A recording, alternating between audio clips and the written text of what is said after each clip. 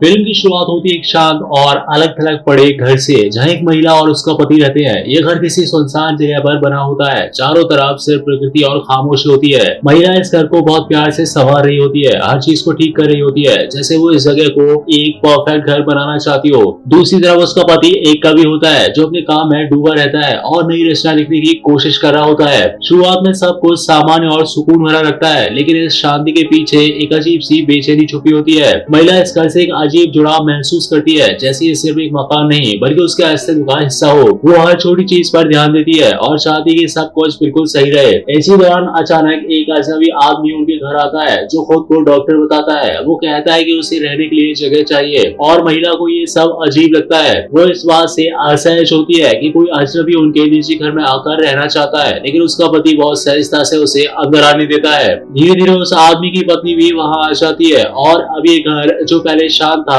अचानक अजनबियों से भरने लगता है। महिला को ये सब बिल्कुल पसंद नहीं आता। उसे लगता है कि उसकी निजी जगह पर कब्जा किया जा रहा है, लेकिन उसका पति इस सब को नजरअंदाज करता है और मेहमानों का स्वागत करता रहता है। जैसे जैसे समय बीतता है और अजनबियों का व्यवहार और अजीब होता जाता है। वे घर के नियमों का पालन नहीं करते, चीजों को नुकसान पहुंचाते हैं और उस जगह की मर्यादा को तोड़ते हैं। महिला अंदर ही अंदर परेशान और गुस्से में होती है, लेकिन उसकी बात को कोई गंभीरता से नहीं लेता।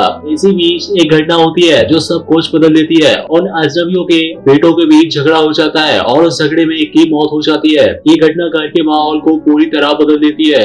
अब ये जगह सिर्फ अजीब नहीं बल्कि डरावनी लगने लगती है। इसके बाद और भी लोग आने लगते हैं, रिश्तेदार, जान पहचान वाले और फिर धीरे धीरे अजनबी भी। घर अब एक भीड़ से भर जाता है जहाँ कोई अपनी मर्जी से आ जा रहा होता है। महिला खुद को पूरी तरह असहाय महसूस करने लगती है, जैसे उसका अपना घर अब उसका रहा ही नहीं। और उसकी बेचैनी अब डर में बदलने लगती है। उसे समझ नहीं आता कि ये सब क्या हो रहा है और उसका पति इसे रोक क्यों नहीं रहा। लेकिन असली अराजकता अभी शुरू ही होने वाली होती है और यहीं से कहानी धीरे धीरे अपने सबसे खतरनाक और प्रतीकात्मक मोड़ की ओर बढ़ने लगती है। अब कहानी उस बिंदु पर पहुंचने लगती है जहां घर के अंदर की अव्यवस्था पूरी तरह नियंत्रण से बाहर जाने लगती है और जो बेचैनी पहले हल्की फुल्की महसूस हो रही थी वो अब एक डरावनी अराजक माहौल में बदलने लगती है। घर में आए मेहमानों की संख्या लगातार बढ़ती जाती है और हर नया आने वाला व्यक्ति इस जगह को और ज्यादा अस्त व्यस्त कर देता है। लेकिन सबसे अजीब बात ये होती है कि पति इस सब से बिल्कुल परेशान नहीं होता, बल्कि वो इस सब का स्वागत करता है, जैसे उसे इस भीड़ से कोई दिक्कत ही नहीं है। दूसरी तरफ महिला का धैर्य अब टूटने लगता है, क्योंकि वो इस घर को सिर्फ एक जगह नहीं बल्कि अपने अस्तित्व का हिस्सा मानती है। और जब कोई उस जगह को नुकसान पहुंचाता है तो उसे ऐसा लगता है जैसे कोई उसे ही चोट पहुंचा रहा हो। धीरे धीरे हालात और भी ज्यादा बिगड़ने लगते हैं। लोग घर के अंदर बिना पूछे घुस आते हैं, चीजों को तोड़ते हैं, दीवारों को खराब करते हैं और हर नियम को नजरअंदाज कर देते हैं। महिला बार बार सबको रोकने की कोशिश करती है, लेकिन कोई उसकी बात नहीं सुनता। उसकी आवाज जैसे इस भीड़ में दब जाती है और उसका गुस्सा और बेबसी दोनों बढ़ते जाते हैं। उसे ये समझ नहीं आता कि उसका पति इस सब को क्यों नहीं रोक रहा, बल्कि वो उल्टा इस अराजकता को और बढ़ावा दे रहा होता है। इसी बीच महिला को पता चलता है कि वो गर्भवती है और ये खबर उसके लिए एक उम्मीद की किरण बनने लगती है। उसे लगता है शायद अब सब कुछ ठीक हो जाएगा और उसका पति भी अब इस घर और उनके रिश्ते को प्राथमिकता देगा। कुछ समय के लिए माहौल थोड़ा शांत होता है और पति भी अपनी रचना पूरी करने में सफल हो जाता है। उसकी किताब प्रकाशित होती है और अचानक उसे बहुत प्रसिद्धि मिल जाती है, लेकिन यही प्रसिद्धि सब कुछ और ज्यादा खराब कर देती है।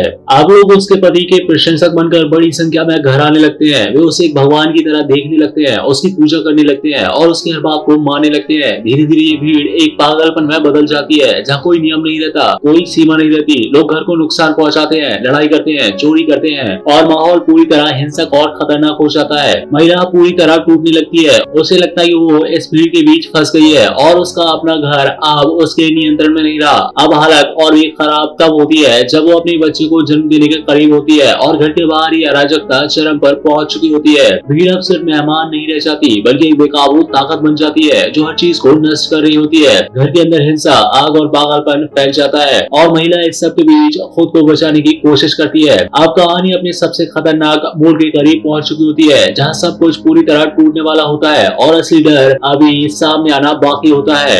अब कहानी अपने सबसे चरम और भावनात्मक मोड़ पर पहुंचती है, जहां घर के अंदर फैली अराजकता पूरी तरह बेकार बेकाबू हो चुकी होती है और हर तरफ हिंसा, चीखें और पागलपन फैल चुका होता है। महिला जो अब तक ये सब कुछ सहती आ रही थी, अपने बच्चे को जन्म देती है और ये पल उसके लिए एक उम्मीद और डर दोनों लेकर आता है, क्योंकि वो जानती है कि इस माहौल में उसका बच्चा सुरक्षित नहीं है। वो अपनी नवजात को अपनी बाहों में कसकर पकड़ी रहती है और हर किसी से उसे दूर रखने की कोशिश करती है, क्योंकि अब उसे किसी पर भी भरोसा नहीं रह जाता। दूसरी तरफ उसका पति इस पूरे माहौल में भीड़ के बीच एक देवता की तरह खड़ा होता है, जिसे लोग पूछ रहे होते हैं और उसकी हर बात को मान रहे होते हैं। ये सब महिला के लिए और भी ज्यादा डरावना होता है, क्योंकि उसे लगता है कि उसका अपना पति भी अब इस भीड़ का हिस्सा बन चुका है और उसे समझ नहीं पा रहा है। वो बार बार उससे मदद की गुहार लगाती है, लेकिन उसकी आवाज और उस पागल भीड़ में कहीं खो जाती है। जैसे जैसे समय बीतता है, भीड़ और ज्यादा आक्रामक होती जाती है। वे घर के हर हिस्से पर कब्जा कर लेते हैं और महिला खुद को पूरी तरह फंसा हुआ महसूस करती है। वो अपने बच्चे को बचाने के लिए कमरे में खुद को बंद कर लेती है, लेकिन बाहर का शोर और हिंसा उसे अंदर तक हिला देती है। उसकी हालत अब मानसिक और शारीरिक दोनों रूप से बेहद कमजोर हो चुकी होती है, लेकिन वो अपने बच्चे को बचाने के लिए हर हद तक जाने को तैयार होती है। आखिरकार जब वो थक कर कुछ पल के लिए सो जाती है, तो वही होता है जिससे वो सबसे ज्यादा डर रही थी। भीड़ उसके बच्चे को उससे छीन लेती है। ये पल पूरी फिल्म का सबसे दर्दनाक और डरावना हिस्सा बन जाता है। वो चीखती है, लड़ती है, लेकिन कोई उसकी उम्मीद नहीं करता। इसके बाद जो होता है वो उसकी दुनिया को पूरी तरह तोड़ देता है। भीड़ उस बच्चे को भी नहीं छोड़ती और उसकी मौत एक ऐसे पागलपन में होती है जिसे शब्दों में बयान करना मुश्किल है।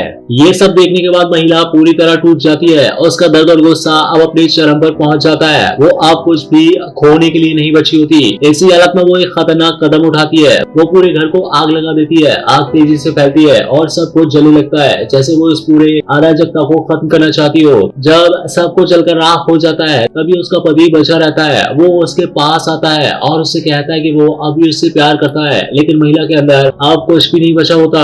अंत में वो अपना दिल उसे सौंप देती है और वो उसी दिल से एक नया क्रिस्टल बना लेता है। फिल्म का आखिरी दृश्य फिर उसी शुरुआत की तरह होता है। एक नया घर, एक नई महिला और वही कहानी फिर से शुरू होने का संकेत। ये अंत साफ दिखाता है कि ये एक अंत नहीं बल्कि एक चक्र है जो बार बार दोहराया जाता है, जहाँ सृजन और विनाश साथ साथ चलते हैं और इंसानियत इसी चक्र में कहीं खो जाती है। मदर का हमारा एक्सप्लेनेशन इसी के साथ खत्म होता है। उम्मीद है दोस्तों मदर का एक्सप्लेनेशन आपको पसंद आया होगा। धन्यवाद।